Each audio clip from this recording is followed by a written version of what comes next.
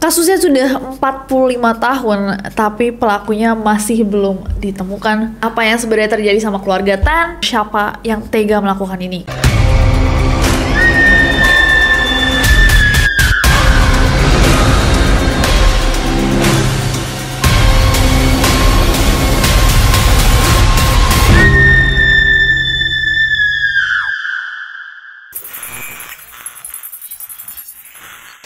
Kasus janggal yang pernah menggemparkan Singapura. Hey guys, it's Nessie and welcome back to Neror. Kalau kalian belum subscribe ke channel ini, jangan lupa klik tombol subscribe-nya, terutama untuk kalian yang suka mengikuti kasus-kasus di dunia nyata. Terutama kasus-kasus yang belum terpecahkan dan penuh tanda tanya, seperti kasus yang kita akan bahas malam ini. Jasad 4 anak dari satu keluarga ditemukan saling bertumpukan, penuh dengan sayatan, tapi tidak ada yang tahu apa yang terjadi pada mereka dan siapa yang melakukannya. Yang jelas, beberapa minggu kemudian, orang tua dari 4 anak ini mendapatkan sebuah kartu ucapan, entah dari mana, yang berisikan pesan seakan sang pelaku memiliki dendam pribadi dan kemungkinan besar adalah orang dalam. Have you heard about this case? This is the murder case of the Tan family children in Geylang Bahru, Singapore. Langsung aja Neroris, without any further ado, stop senyum-senyum, cause shit's about to go down.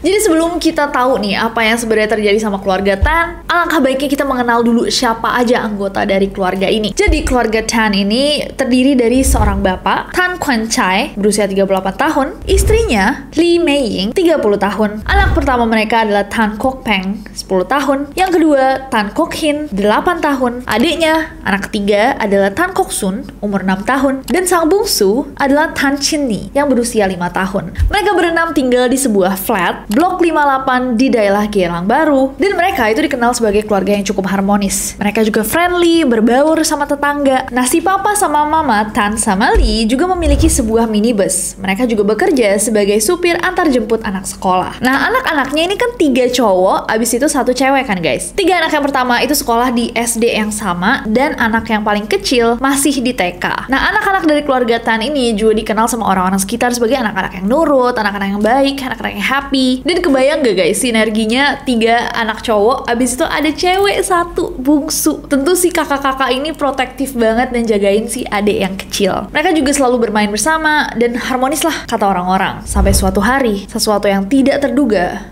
terjadi di apartemen mereka. Jadi 6 Januari tahun 1979, sekitar jam 6.35 pagi, Tan sama Lee, papa sama mama, itu seperti biasa mau bersiap-siap berangkat kerja. Pas mereka pergi, keempat anak mereka itu masih tidur di flat. Jadi papa mamanya tuh berangkat duluan karena mereka emang harus jemput-jemput anak-anak yang lain. Abis itu anak-anaknya bangun dan bersiap-siap sendiri. Nah, jam 7.10, sang ibu itu menelpon untuk membangunkan anak-anaknya. Kayak, udah cukup nih waktu kalian tidur, bangun, siap-siap untuk sekolah. Tapi kok teleponnya pada pagi itu tuh nggak dijawab-jawab. 3 kali nih dicoba ditelepon-telepon sama mamanya, sama sekali nggak ada yang ngangkat, nggak seperti biasanya. Akhirnya karena ada perasaan yang kurang enak, mungkin perasaan seorang ibu ya, mother instinct, insting seorang ibu, dia pun meminta tolong sama tetangganya untuk ngecek anak-anaknya apakah mereka udah bangun untuk sekolah atau belum. Sang tetangga akhirnya mendatangi flat keluarga Tan dan mengetuk-ngetuk dari luar, kayak, guys, udah bangun belum? Tok tok tok tok gitu. Tapi kok dari dalam nggak ada respon sama sekali. Diketok-ketok lagi, tetap nggak ada respon dari dalam. Akhirnya mereka tuh mikir kayak, oh mungkin anak-anak itu nggak sempet kali, mungkin mereka pagi-pagi buru-buru akhirnya berangkat sekolah aja tanpa mengabari bahwa mereka udah berangkat. Sekitar jam 10 akhirnya pasangan suami istri, si papa sama mama, Tan sama Lee, baliklah ke flat mereka. Pas mereka datang, seperti biasa juga flatnya tuh sepi, nggak ada orang. Tapi sang mama itu langsung mencari kayak, anak-anak mana ya? Dicek kamarnya kosong, nggak ada anak-anak dia. Dia cek lagi ke tempat-tempat lain sampai akhirnya dia berada di kamar mandi. Dibukalah pintu kamar mandinya dan dia menemukan tubuh anak-anaknya sudah berlumuran darah, saling bertumpukan satu sama lain dengan kondisi yang sangat-sangat mengerikan. Keempat kepala dari anak-anaknya sudah ditusuk dan disayat-sayat. Kebayang gak kalian seorang ibu menemukan semua buah hatinya dalam keadaan seperti itu? Keadaan yang sangat-sangat sadis. Pastinya ini adalah hari yang sangat-sangat kelam di sejarah keluarga Tan. Laporan patologis pun keluar dan menyatakan bahwa anak-anak ini telah disayat dengan kejam di kepala dan tubuh mereka, setidaknya lebih dari 20 kali. Sang putra sulung, Tan Kok Peng, itu lengannya bahkan hampir putus. Dia juga diduga sempat memberikan perlawanan karena di tangannya itu ada beberapa helai rambut yang diduga merupakan helai rambut pelaku. Adiknya, sang putra kedua, itu diketahui bahwa kepala belakangnya terbelah. My God. Dan adiknya lagi, si putra ketiga, memiliki lebih dari 20 luka di dahinya, kepala, pipi, dan dagunya. Dan adik bungsu mereka, Tan Chin nih, itu pas ditemuin masih memegang bantal kesayangannya. Dan pas dicek ditemukan bahwa ada luka sayatan-sayatan yang sangat dalam di wajahnya. Kok tega? Nah, yang membuat kasus ini sedikit rumit guys. Pas dicek sama polisi, sama sekali tidak ada petunjuk yang bisa menunjukkan kira-kira siapa yang melakukan hal ini. Tidak ada bukti bahwa ada orang yang masuk secara paksa, flat mereka juga nggak diacak-acak, bahkan tidak ada barang yang dilaporkan hilang. Nah, meskipun ada sedikit noda darah di wastafel dapur, pada saat ini diperiksa, mereka tuh belum bisa tahu itu kira-kira darahnya siapa, karena emang nggak secanggih sekarang. Petugas hanya bisa menduga-duga kira-kira senjata yang digunakan untuk mengakhiri hidup dari anak-anak suci ini adalah parang, belati, atau senjata kecil yang ukurannya tuh sama atau lebih kecil dari pisau. Mereka nggak tahu pasti karena tidak ditemukan juga the murder weapon atau senjatanya. Para petugas pun melakukan penyelidikan lebih lanjut dan meminta lebih banyak keterangan dari para saksi. Saking besarnya kasus ini pada saat itu, saksi yang diinterogasi itu sampai 100 orang. Tapi dari banyaknya orang yang udah diinterogasi pun guys, polisi sama sekali tidak berhasil menemukan informasi yang berharga. Polisi hanya menyimpulkan bahwa ini adalah kasus yang sudah direncanakan. Direncanakan dengan matang karena sang pelaku itu juga sangat-sangat berhati-hati. Dari tidak adanya bukti paksa masuk, kita bisa mengetahui bahwa kemungkinan orang yang melakukan ini adalah orang yang dikenal baik oleh anak-anak ini. Karena dengan itu, mereka bisa dengan mudah masuk ke apartemennya tanpa mencoba untuk membobol atau masuk diam-diam. Pelaku juga dipercaya adalah orang yang kenal sama keluarga ini karena tahu persis kebiasaan sehari-hari mereka. Dia tahu kapan orang tuanya nggak akan ada di rumah, kapan anak-anak itu masih ada di rumah sebelum mereka berangkat sekolah, dan jarak waktu yang tepat untuk melakukan aksi ini tanpa ketahuan. Bagian reserse kasus Bareskrim di sana menyimpulkan bahwa motif ini adalah kasus balas dendam. 2 minggu setelah kejadian mengerikan ini terjadi, papa mama keluarga Tan itu menerima satu kartu tahun baru Imlek. Kartu itu dibuka, dan pas dibuka, mereka kaget menemukan kok di dalamnya ada foto anak-anak mereka yang lagi bermain dengan gembira. Jadi kayak kelihatan di foto itu anak-anak ini sedang happy. Di kartu yang sama, tertuliskan dalam bahasa Cina, sekarang kalian tidak dapat memiliki keturunan lagi. Ha, ha, ha. Di bawahnya ditandatangani sang pembunuh.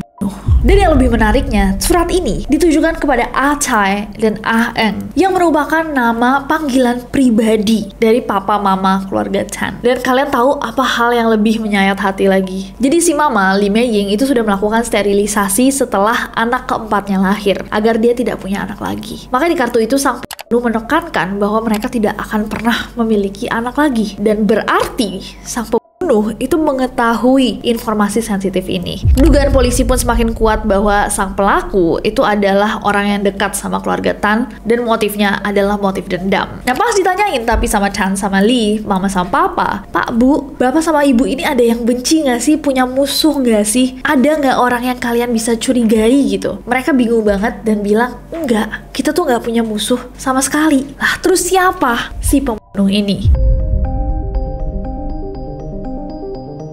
Karena kasus ini emang besar banget di Singapura guys, kebayang lah pada saat itu gimana gemparnya. Akhirnya muncullah teori-teori dan juga dugaan dari masyarakat. Dugaan pertama adalah Mr. X. Jadi, ada seorang YouTuber asal Singapura bernama Kaylee Elise yang melakukan riset ke berbagai sumber untuk menemukan, kayak lead lah, menemukan petunjuk akan kasus yang sebenarnya udah berjalan puluhan tahun ini masih belum terpecahkan. Dia juga menemukan satu komentar menarik di videonya. Narasumber tersebut mengatakan bahwa dia tuh sebenarnya tahu cerita asli dari apa yang terjadi di Tan family murder case ini. Menurut sang narasumber, motif sang pelaku itu adalah dendam karena undian lotre. Jadi ceritanya, papa sama mama keluarga Tan sama Lee itu pernah seharusnya membelikan beberapa nomor untuk seseorang, nomor lotre. Nah, ternyata salah satu dari nomor tersebut menang lotrenya guys. Ditagihlah oleh orang ini kayak, kemarin kan aku nitip beberapa nomor, itu kayak nomornya salah satu menang. Nah, keluarga Tan bilang, oh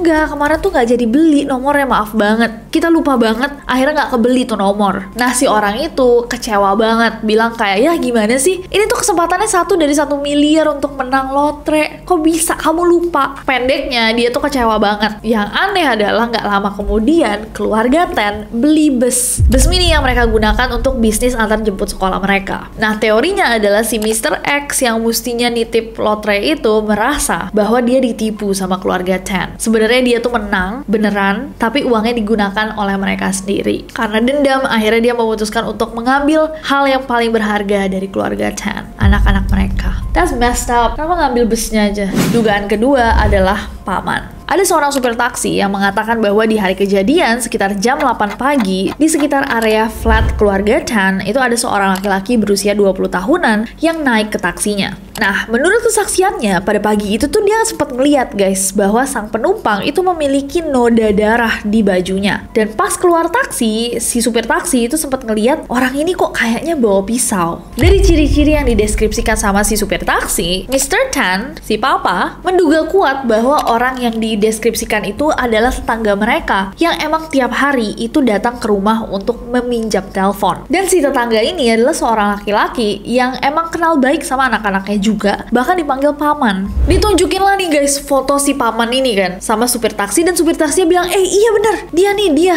yang waktu itu naik taksi saya. Sempat ditahan si paman ini, tapi setelah 2 minggu polisi sama sekali nggak bisa menemukan benang merah antara paman sama kejadian pada pagi itu. Beda sama zaman sekarang, kalau misalkan kalian naik taksi mungkin kalian pesen dari aplikasi kan. Pada saat itu ya enggak, dia ngeliat ada taksi lewat, dia kayak terus dia naik. Jadi bener-bener nggak ada record riwayat bahwa dia bahkan naik taksi itu. Setelah dibebaskan pun, sang supir taksi itu masih guys kekeh dan yakin bahwa pelakunya itu si paman ini. Dan si paman ini cuman beruntung aja dia berhasil menghilangkan barang bukti. Nah tapi apa motifnya gitu si paman ini mau mengakhiri hidup dari anak-anak tidak berdosa? Well dikatakan, ini kind of like a gossip sih, tapi teori konspirasi juga, bahwa alasan setiap hari si paman ini datang ke rumah untuk meminjam telepon itu karena dia punya hubungan gelap sama si mama Lee Mei-ying. Dan entah mungkin si mama udah kayak, enggak, kita nggak bisa kayak gini terus, kita harus putuskan hubungan ini. Si paman pun marah dan menghabisi keempat anaknya Lee Mei-ying. Nah buktinya ditambah dengan sebuah laporan dari seseorang yang berada di sekitar flat yang mengatakan bahwa dia pernah melihat si mama Lee sempat berdebat dengan seorang pria di dekat flat mereka. Tapi sang saksi tidak bisa mengidentifikasi siapakah pria yang dimaksud.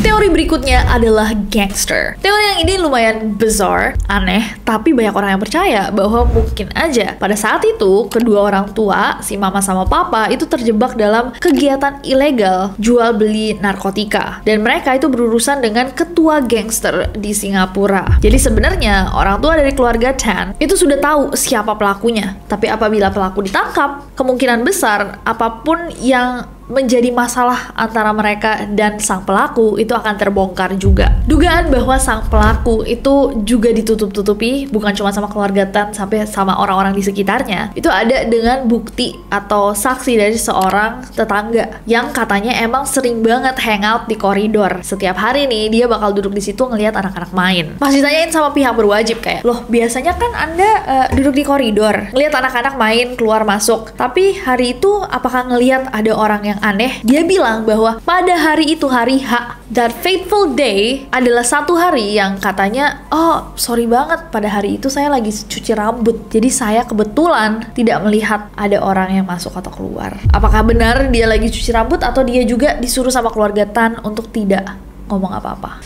Ada satu teori yang sebenarnya kurang populer tapi lumayan menarik untuk didiskusikan kayak dengan segala kasus-kasus yang pernah kita bahas ya. Neroris especially tahu. Ada dugaan bahwa mungkin ada keterlibatan dari keluarga sendiri. Kayak misalkan tidak ada perlawanan, berarti kan ada orang dalam ya kan, atau orang yang dikenal baik sama anak-anak ini. Yang kedua, mereka kerja di telepon-telepon, anaknya nggak jawab kata mereka. Terus mereka minta tetangganya ngetok-ngetok nggak ada orang. Mereka masih pulangnya jam 10 ya kan. Ya mungkin mereka nggak mikir gitu, this is the worst thing that could happen. Tapi dengan kartu itu, nama kecil mereka, semua dibikin lumayan personal gitu, kayak lumayan menarik sih. Sebenarnya resiko yang diambil sama pelaku itu besar banget kalau misalkan emang pelakunya dari luar gitu. Dia datang, isinya 4 anak, 3 cowok, walaupun masih kecil-kecil ya, you never know gitu, yang teriak kemana, yang satu lari kemana, tetangganya nanti denger, dalam waktu yang lumayan singkat gitu, sebelum orang tuanya sadar bahwa anak-anak ini kenapa-napa, sebelum orang-orang tua itu bakal pulang juga ke rumah itu setelah nganter anak-anak sekolah.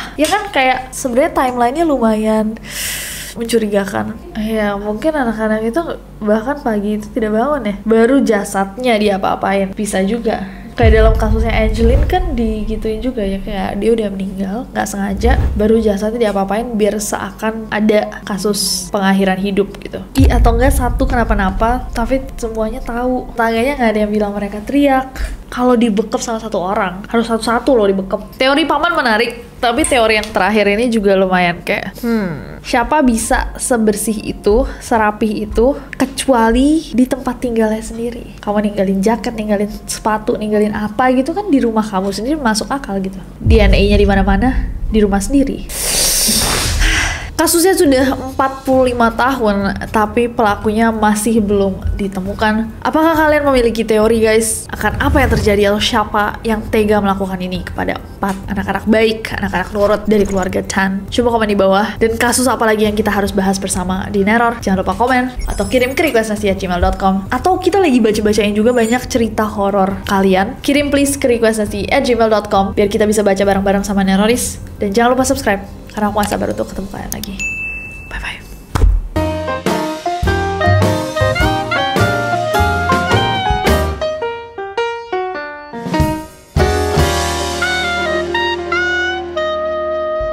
Sound speed, guys. Anjay, sound speed.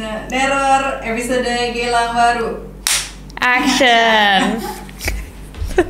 Jasad 4 anak ditemukan satu keluarga. Nenek. Astaga. Ada satu the murder weapon atau senjata pembunuhan. Menurut Sanuf. Beda sama zaman sekarang mungkin tapi